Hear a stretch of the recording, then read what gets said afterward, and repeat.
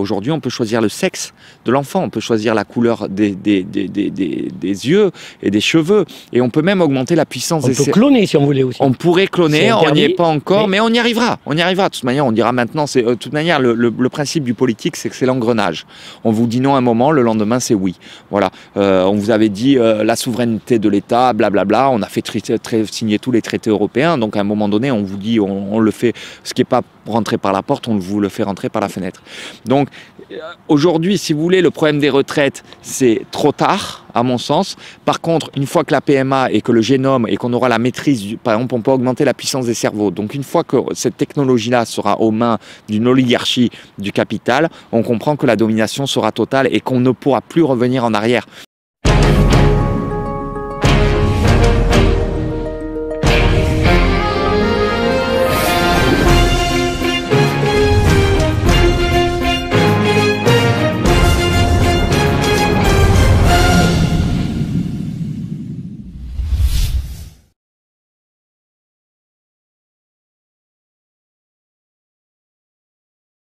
Il y a quelques jours, je vous ai proposé un reportage qui était sur Entregue lors d'une conférence de Maître Sophia Albert-Salmeron. Et Elie était là, donc il a argumenté un petit peu, mais on va dire que le but de cette réunion n'était pas forcément ce qu'il voulait vous exprimer. Alors, Elie, bonjour. Bonjour. Merci de m'avoir accordé cette interview. Mais écoutez, merci. Alors, pourquoi la maîtrise de la technologie est-elle si cruciale? Alors, aujourd'hui, si vous voulez, la maîtrise de la technologie a toujours été un enjeu crucial. Par exemple, dans les technologies militaires, si vous voulez, les premières armes qui ont été utilisées, qui ont été plus efficaces, ont été souvent source de victoire. Donc, on parle souvent de stratégie, et la stratégie, c'est un mot qui vient de l'armée, mais qu'on a récupéré beaucoup dans le domaine commercial. Donc, aujourd'hui, il apparaît très nettement que la maîtrise d'une technologie supérieure, si vous voulez, fait la force d'un système commercial. Voilà. Donc c'est vraiment, si vous voulez, comme les moyens technologiques ont vraiment augmenté avec l'intelligence artificielle et la maîtrise vraiment si vous voulez, des ordinateurs qui sont surpuissants, c'est vraiment la clé de l'explication du tournant de société. On est vraiment dans une révolution planétaire qui ne dit pas son nom parce qu'elle est centrée sur la maîtrise de la technologie et, si vous voulez, sur la prise du pouvoir d'une certaine oligarchie qui ne peut continuer à dominer que si elle maîtrise la technologie. Ce qui veut dire qu'à l'heure d'aujourd'hui, s'il n'y a pas de technologie, il n'y a pas de pouvoir. Exactement. On ne peut pas essayer d'imaginer une très grande entreprise sans ordinateur, ça ferait sourire. Donc on voit bien que, si vous voulez, la technologie est l'enjeu. Alors j'ai prévu un tableau que je montre là, que j'avais montré, que j'ai longuement expliqué, donc on va y passer très très vite en fait. On l'incrustera d'ailleurs pendant que tu parles à l'écran. D'accord, on l'incrustera. Donc on voit que le travail de 1945 à 2009, la part du travail est en train de baisser, regardez, elle est toute petite à la fin, et la part technologique que vous avez au-dessus, elle est en train d'augmenter. Et qu'on voit que, si vous voulez, ça c'est la richesse créée par le capital. La richesse créée par le capital est en train de se démultiplier de manière énorme par la technologie. Donc on comprend que la technologie est un enjeu et qu'elle met même, quand elle arrive à un certain état de maturité, elle met directement, si vous voulez, en concurrence ce travail humain. Voilà. Donc ça, c'est vraiment quelque chose d'hyper central. Et ce que j'ai mis aussi, c'est que comme, si vous voulez, le budget de l'État est pris sur les travailleurs, et bien on voit que le budget de l'État augmente très fort et qu'il y a très peu de travailleurs à la fin pour payer le budget de l'État. Et que donc l'État est obligé d'emprunter. Et que quand l'État emprunte, c'est le grand capital qui s'enrichit. Donc il faut comprendre qu'il y a une double problématique, c'est-à-dire que quand l'oligarchie met en route une combinaison productive avec énormément de moyens en capital, non seulement ils gagnent de mieux en mieux et de plus en plus vite, mais surtout les travailleurs qui sont encore obligés de travailler, ils gagnent de moins en moins et surtout ils sont plus dans une position de survie parce que leur poste est remis souvent en cause. Je prends l'exemple de la Poste, où avec les mails, avec les colis qui seront livrés au rond-point dans des box, on pourra récupérer ou déposer nos colis. Et si vous voulez, tout ça est en train d'être automatisé et le métier de postier est en train de disparaître. Pour les recommander, il y aura la reconnaissance faciale. Pour les rendez-vous bancaires, il y aura des rendez-vous par Internet. Et pour, si vous voulez, le e-liquide, c'est pas compliqué, on le fera disparaître. D'ailleurs, pour revenir là-dessus, il y a une étude qui est faite où certaines entreprises, à l'heure d'aujourd'hui, pourront être livrées par des drones. Exactement, mais c'est tout à fait la logique. C'est-à-dire qu'aujourd'hui, on arrive à une concurrence homme-machine qui est quasi parfaite. Et je le dis, il n'y a pas un métier qui pourra être remplacé par la machine. Un seul. Vous me donnez quoi que ce soit, le métier de médecin, le métier de chercheur, tout peut être remplacé par une machine qui peut être quasi autonome. Alors ça va commencer par la voiture autonome. Voilà, donc le métier de livreur, de taxi, d'ambulancier, tout ça va disparaître parce qu'on n'a plus besoin de ces gens-là. Mais à un moment donné, si vous voulez, le but, c'est que la technologie domine et qu'on ait de moins en moins besoin d'humains. Voilà, donc c'est un petit peu le problème que nous avons. D'accord. Pourquoi la PMA est cruciale et pourquoi vous vous en intéressez en premier? Alors, pourquoi la PMA est cruciale? Pour une raison toute simple. C'est que la crise des Gilets jaunes, c'est une crise qui date de 1974. C'était la dette, la monétarisation de la dette. Je vous expliquerai quel principe qui a mené ça, mais on a créé de la dette qui a pu être détenue par le marché privé. Le marché privé, c'est l'oligarchie du capital. Et donc, quand on a créé ça en 1974, tout le monde s'en foutait. La dernière R30 venait de sortir, il y avait Poupou à la télé, voilà, le paquet de Gauloise était peut-être beaucoup moins cher qu'aujourd'hui. Donc, si en 74 j'avais dit, bah, écoutez, c'est à ça qu'il faut s'intéresser, tout le monde m'aurait dit, écoute, t'es bien gentil, nous on n'a pas envie de s'occuper de ça. Ben, la crise des Gilets jaunes, elle arrive avec 50 ans de retard. Parce que le frigo vide, c'est parce qu'on a financiarisé la dette. On avait prévu l'arrivée technologique qui ferait que les travailleurs auraient de moins en moins de travail. Et vous arrivez aujourd'hui dans une crise sociale, économique et même voilà, un mal-être social sur la sécurité, la santé et les gens qui ont de plus en plus de mal. Donc, si vous voulez, ça, on a perdu économiquement. Mais aujourd'hui, la crise de la PMA, ça va être, si vous voulez, en fait, on va ouvrir la procréation au marché parce qu'on va donner la procréation qui est hors filiation naturelle. Et donc, on va permettre à la sécurité sociale de rembourser, si vous voulez, la mise du génome sur le marché. C'est-à-dire qu'aujourd'hui, si on maîtrise une procréation qui est hors relation normale homme-femme, oui, on la met dans le marché et on permet, comme on a la maîtrise technologique du génome, on permet au grand capital et aux financiers de s'intéresser à la reproduction et même à l'améliorer. Aujourd'hui, on peut choisir le sexe de l'enfant, on peut choisir la couleur des yeux et des cheveux, et on peut même augmenter la puissance des... On peut cloner si on voulait aussi. On pourrait cloner, on n'y est pas encore, mais on y arrivera. On y arrivera. De toute manière, on dira maintenant, de toute manière, le principe du politique, c'est que c'est l'engrenage. On vous dit non un moment, le lendemain, c'est oui.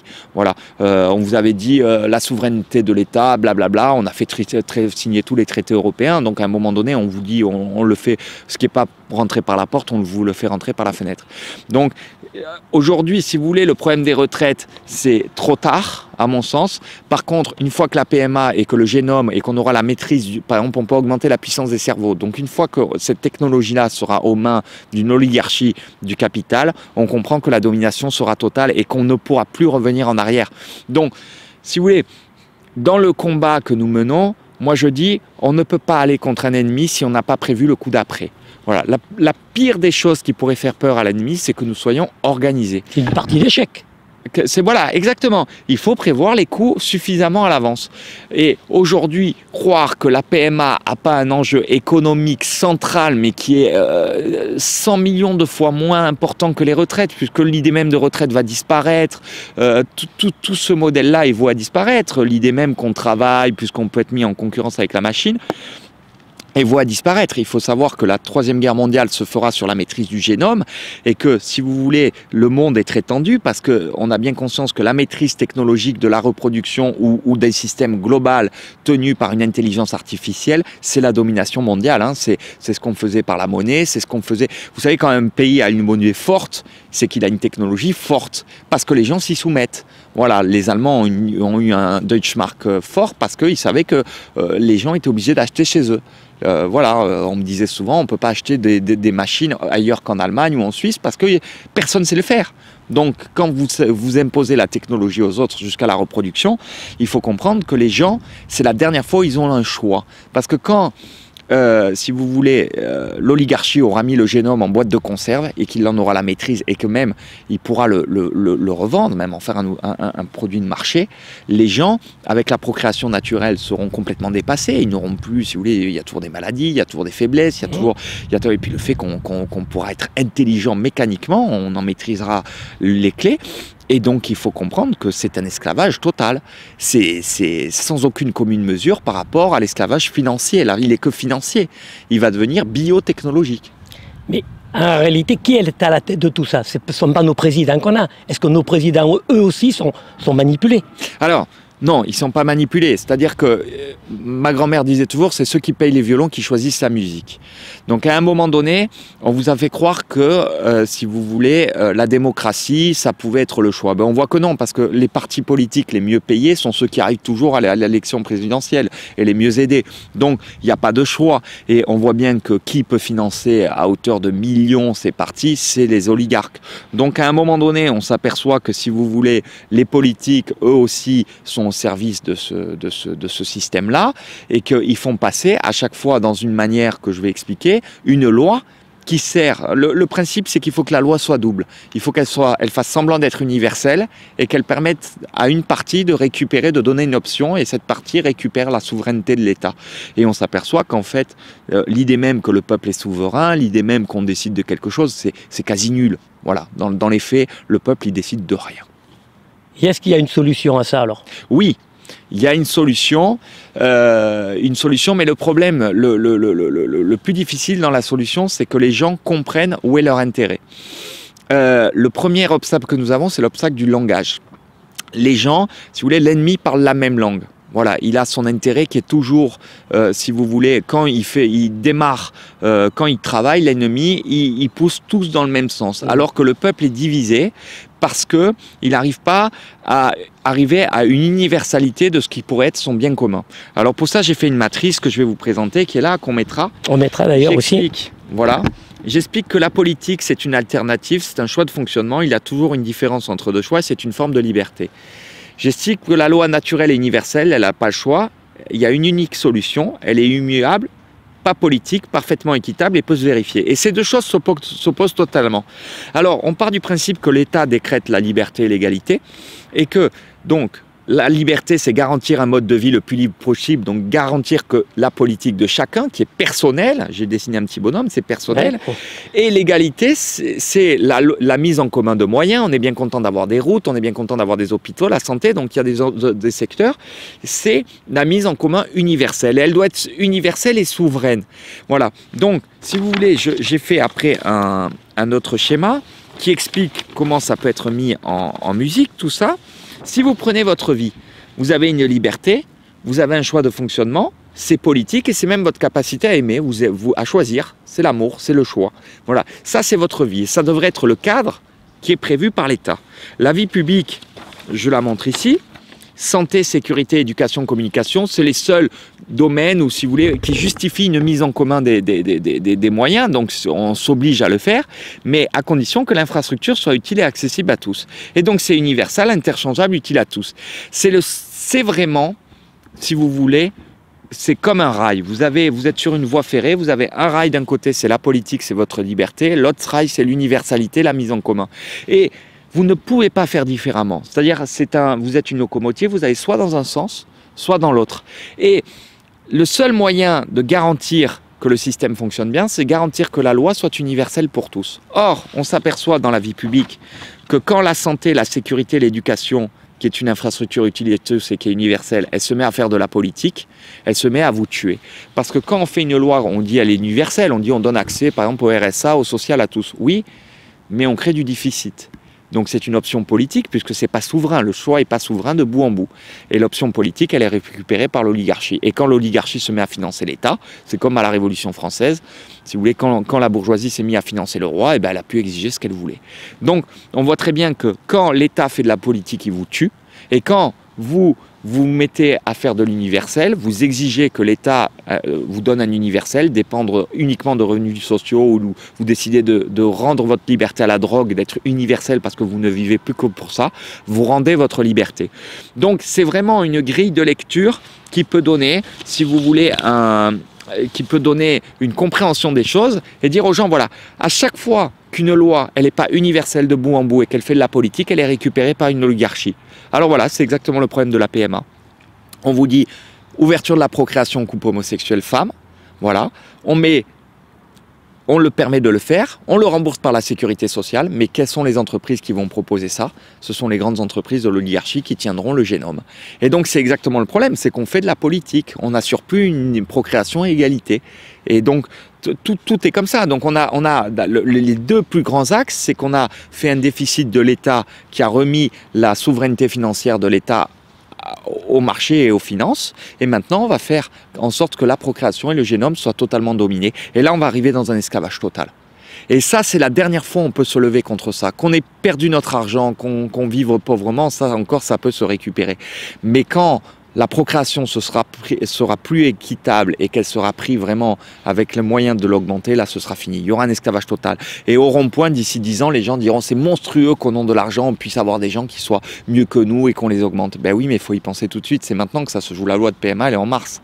Donc, si les gens ne sont pas capables de se lever contre ça, je leur dis bien, le choix sera plus humain.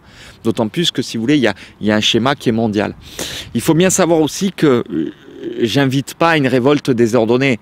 C'est-à-dire que je dis pas aux gens révoltez-vous, tout va aller mieux. C'est qu'à un moment donné, si vous voulez, les gens ont bien conscience qu'on a remis notre liberté à un système, qu'on a une carte bleue, qu'on a une carte vitale, qu'on a du télépéage, qu'on a du smartphone, et qu'il y avait même une étude qui disait que s'il y avait une panne de GPS, 95% des gens ne retrouveraient même plus leur route. Exact. Donc, il faut bien conscientiser qu'à un moment donné, à l'échelle mondiale, c'est un plan à l'échelle mondiale, que les médicaments sont faits à l'étranger. Donc vraiment, c'est-à-dire que moi je dis attention, il y a ça, soyez bien conscients du choix que vous faites, mais soyez conscients aussi qu'à se réveiller trop tard, tout a été verrouillé par l'ennemi. Donc il faut bien comprendre ça. Alors, pour terminer cette interview, on va dire, pour des personnes qui auront du mal à comprendre un petit peu, parce que moi j'avoue que personnellement, moi aussi, voilà, on s'est rencontrés, on a beaucoup discuté. Je peux dire que il sait de quoi il parle, là il n'y a absolument aucun problème. D'ailleurs, il a été recommandé par des amis à moi aussi. En 30 secondes, le monsieur tout le monde qui a sa carte bleue, qui a ceci, qu'est-ce qu'il peut faire du jour au lendemain pour essayer que ça ne se mette pas en place? Alors, quelqu'un m'a ramené hier et m'a dit en sortant, quelqu'un d'un certain âge, dentiste, 60 ans, qui est pareil, gilet jaune, et qui m'a dit, mais vous savez, on n'arrivera à rien si on n'en a pas une unité nationale. Et la seule chose qu'il faut que comprennent les gens, il ne faut pas qu'ils sortent dans la rue, il faut rien faire, c'est une guerre de mots. C'est une guerre de mots parce que l'ennemi a tout fait pour que, si vous voulez, on ne comprenne rien aux mots et qu'on ne soit pas organisé. Et quand les gens vont comprendre que la matrice que j'ai mise en place, c'est la seule qui peut vous donner la vérité, que quand une loi n'est pas universelle et quand elle se met à faire de la politique, quand elle différencie les gens, je parle souvent de l'héritage. L'héritage, c'est, si vous voulez, le livret de famille qui différencie les gens. Mais quand vous acceptez qu'une loi fasse ça, vous acceptez que l'oligarchie hérite de votre génome à un moment donné, parce qu'ils vont hériter des entreprises qui maîtriseront ça. Et qu'à un moment donné, on dira, ben, la sécurité sociale, elle rembourse plus les maladies parce qu'on peut les guérir tout de suite, il suffit de passer par les laboratoires. Et donc, on verra bien qu'il va y avoir une carte grise de la reproduction, que ce sera plus naturel et gratuit. Donc, les gens, je leur dis, il faut d'abord que vous compreniez ça, que vous enseigniez, qu'à chaque fois que vous dites quelque chose, vous alliez vers l'universel, si c'est l'universel, et vous parliez au nom de l'universel. C'est pas vous, c'est pas vos enfants c'est pas vous, c'est tout le monde. Et c'est aussi une manière de comprendre que l'humanité a été faite pour habiter la Terre d'une seule manière, dans la concorde. Et donc quand les gens comprendront qu'ils sont sur ces deux rails et que s'ils vont dans un sens, ils vont contre leurs intérêts parce qu'en plus ils n'ont pas su s'organiser et qu'ils font le jeu de l'ennemi, et que s'ils vont dans l'autre, ils pourront remonter la pente, ils comprendront qu'à un moment donné, toute cette division et cette guerre n'est que par le fait que les gens sont incapables de voir où sont leurs intérêts. Donc je dis, tant que vous n'êtes pas capable, vous, chez vous, derrière votre écran, quand vous me verrez, de faire un raisonnement libre, vous, et que vous voulez faire de la politique, quand les gens me disent on veut du RIC, je dis vous voulez faire de la politique, et la politique elle est toujours remportée par ceux qui sont mieux organisés que vous. Donc ils vous le donneront jamais, et n'espérez pas que ça vienne un jour. Donc vous faites de la politique pour vous, mais ne faites surtout pas de l'universel. Faites de l'universel quand vous parlez, si vous voulez, de choses universelles. Et vous allez comprendre que vous vous enfermez vous-même parce que vous ne voulez pas voir la solution. Je parle souvent de Manon des Sources et on terminera. C'est un exemple qui est très bien. Manon des Sources, qu'est-ce qu'il y a? Tout le village veut faire de la politique. Tout le monde a un intérêt à ne pas dire que la source est là. Et qu'est-ce qu'il fait? Par la politique, ils augmentent, si vous voulez, c'est comme s'ils tenaient la technologie, c'est l'eau. Ils augmentent, si vous voulez, le bossus s'épuise, alors que la source, elle est sous ses pieds. Et qu'à un moment donné, tout le monde a voulu faire de la politique, mais c'est tout le monde qui paye. La politique va tuer vos propres enfants. Parce que si vous laissez les lois politiques dire que l'héritage doit être systématique, et ben à un moment donné, ceux qui auront le génome, ceux qui auront plus d'argent et ceux qui maîtriseront totalement la technologie, vous donneront plus jamais de travail. Vous savez, quand on remplace les caissières par des robots au supermarché, Ouais. on n'a pas prévu de leur donner du boulot ailleurs, c'est faux. Et en plus, comme ça fait des chômeurs, ça fait du déficit. Et comme ça fait du déficit, on aura enrichi l'ennemi. Donc on voit bien qu'il y a une logique et que si les gens sont pas prêts à se mettre, à s'enchaîner à ce que je dis, quand vous voulez quelque chose, si c'est politique, c'est personnel, si c'est pour les autres, c'est universel. Et si vous faites cette inversion, elle plaît qu'à une personne, c'est l'ennemi. Vous voulez de l'héritage, eh ben on va vous le laisser. Vous allez avoir quoi? 30, 40 000 euros, l'héritage moyen est à 100 000. Ceux qui ont des milliards, ils disent très bien, nous on le laisse. On est ravis, c'est dans le monde entier, c'est plus taxé. Voilà, démerdez-vous. Les informations l'ont montré, 60 milliards de dividendes ce matin. Voilà. Qu'est-ce qui reste aux travailleurs? De gens qui ne travaillent pas. Voilà. Et le problème des retraites est la même chose. À un moment donné, si on regarde dans les caisses, il n'y a rien, il y aura de moins en moins de travailleurs, il n'y aura plus rien. Donc la retraite à poids, bien sûr que ça va appauvrir. Donc si on ne remet pas une obligation à tout le monde d'avoir accès à la nature, à la technologie à égalité et donner sa chance par le travail, eh bien les gens vont s'épuiser. De toute manière, la seule chose qui est prévue par les c'est de faire une guerre pour pouvoir... Si vous voulez, on était 2 milliards à la sortie de la Première Guerre mondiale, on est presque 8, donc à un moment donné, on va arriver, on sera trop. On ne peut pas être avec les mêmes besoins. Donc, je dis juste aux gens, éduquez votre conscience, éduquez. À chaque fois que vous faites un raisonnement de travers, à chaque fois que vous ne comprenez pas, que vous parlez, vous faites de la politique et vous n'allez pas vers l'universel, vous faites le jeu de l'ennemi. C'est vraiment ça qu'il faut comprendre. C'est une guerre des mots. Quand les gens comprendront que quoi qu'il arrive, ils sont morts d'avoir accepté ça, quand le génome sera à la maîtrise de l'ennemi, ils sont morts, ils comprendront qu'il n'y a plus rien à faire. Et moi, j'ai jamais vu un condamné à mort faire des projets après l'exécution. Donc, il faut vraiment que les gens se posent et se disent, mais c'est ça, ça va arriver. Voilà, parce que c'est le plan prévu par l'ennemi. Et que le chômage ne va pas se résorber, que ça ne va pas aller mieux, que la santé va être remise à un système privé de plus en plus coûteux, et que ça va être de plus en plus difficile, et que leurs enfants auront de moins en moins de travail, et qu'on vendra leur maison pour payer la maison de retraite qui va coûter 3 000 euros par mois. Donc tout ça, c'est... Ça arrive déjà d'ailleurs à l'heure actuelle. Mais c'est des cas qui sont bien dans leur... Donc, vous avez une problématique au quotidien qui est tout à fait entendable. Maintenant, je vous demande de porter le problème au niveau de l'ennemi. Et vous ne pourrez pas gagner si vous n'êtes pas mieux organisé, plus rapide que l'ennemi. Et qu'à un moment donné, il faut que les gens aient bien compris où est l'intérêt. Ils sont sur des rails. Il y a d'un côté la politique, c'est leur choix, l'universalité. Et si on n'exige pas un système qui revienne à l'universalité totale, la souveraineté de l'État à pouvoir imposer à tout le monde la même chose, quoi qu'il arrive, eh ben on laisse la politique gagner. Et quand la politique est aux mains de l'État, quand la politique est aux mains de l'ennemi et qui tient l'État, on fait voter n'importe quelle loi et on fait tout pour favoriser ses intérêts. Mais je vous remercie. Bah écoutez, merci beaucoup. J'espère que ça conscientisera, surtout que les gens se réveilleront, parce que vous savez, comme je dis, on passe souvent d'un état de déni à un état de sublimation et à un état d'inconscience. Et là, on est carrément dans le syndrome de Stockholm, hein, je l'ai expliqué, c'est-à-dire qu'à un moment donné, on finit par aimer ce que nous sert l'ennemi. Donc les gens, il faut bien qu'ils se rendent compte que la liberté, le choix de se reproduire comme on veut, de choisir un métier, d'avoir une vie qui était peut-être proche de la nature, tout ça, ils le raconteront dans les livres d'histoire. Quand la technologie permettra d'améliorer les humains, il n'y aura aucune raison qu'on ne le fasse pas et que les gens riches disent « moi je veux pas avoir de maladie et même je vis vétérinairement, on ira vers le clonage ». Écoutez, Jacques Attali il le dit très bien. Voilà, il dit le crime organisé prendra le relais partout et on laissera tout faire. Il n'y a pas de plus grand fascisme que l'argent. Voilà, Mussolini le disait très bien lui-même, le plus grand des fascismes, c'est quand l'intérêt privé, le grand capital arrive dans le fonctionnement de l'État. Et là, vous êtes complètement cerné parce qu'il fait voter ce qu'il veut et il vous enferme dans une logique dans laquelle on peut plus. On est vraiment dans une prison. Et il faut bien comprendre que la prison, elle est absolument mondiale.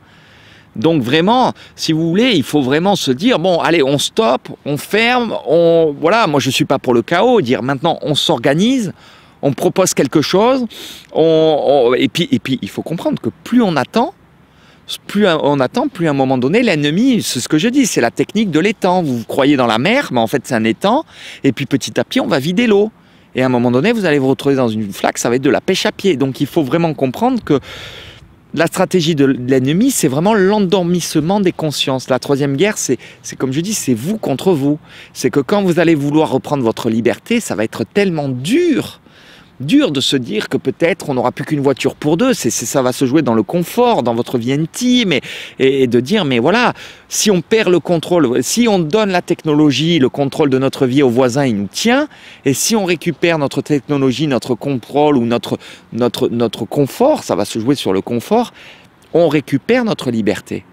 C'est ça qui, si on fait plus de l'universalité, si on s'impose plus le mode de vie proposé par l'ennemi, eh ben on récupère notre liberté. Mais ça coûte cher. C'est comme un drogué qui sort de sa, si vous voulez, qui veut se sevrer. À un moment donné, c'est ça qui est terrible, c'est que l'ennemi sait très bien que, si vous voulez, la perte de conscience et même le confort qui est proposé du quotidien fera en sorte que le jour où il décidera d'attaquer ou le jour où il décidera d'épurer, vous ne pourrez même plus bouger.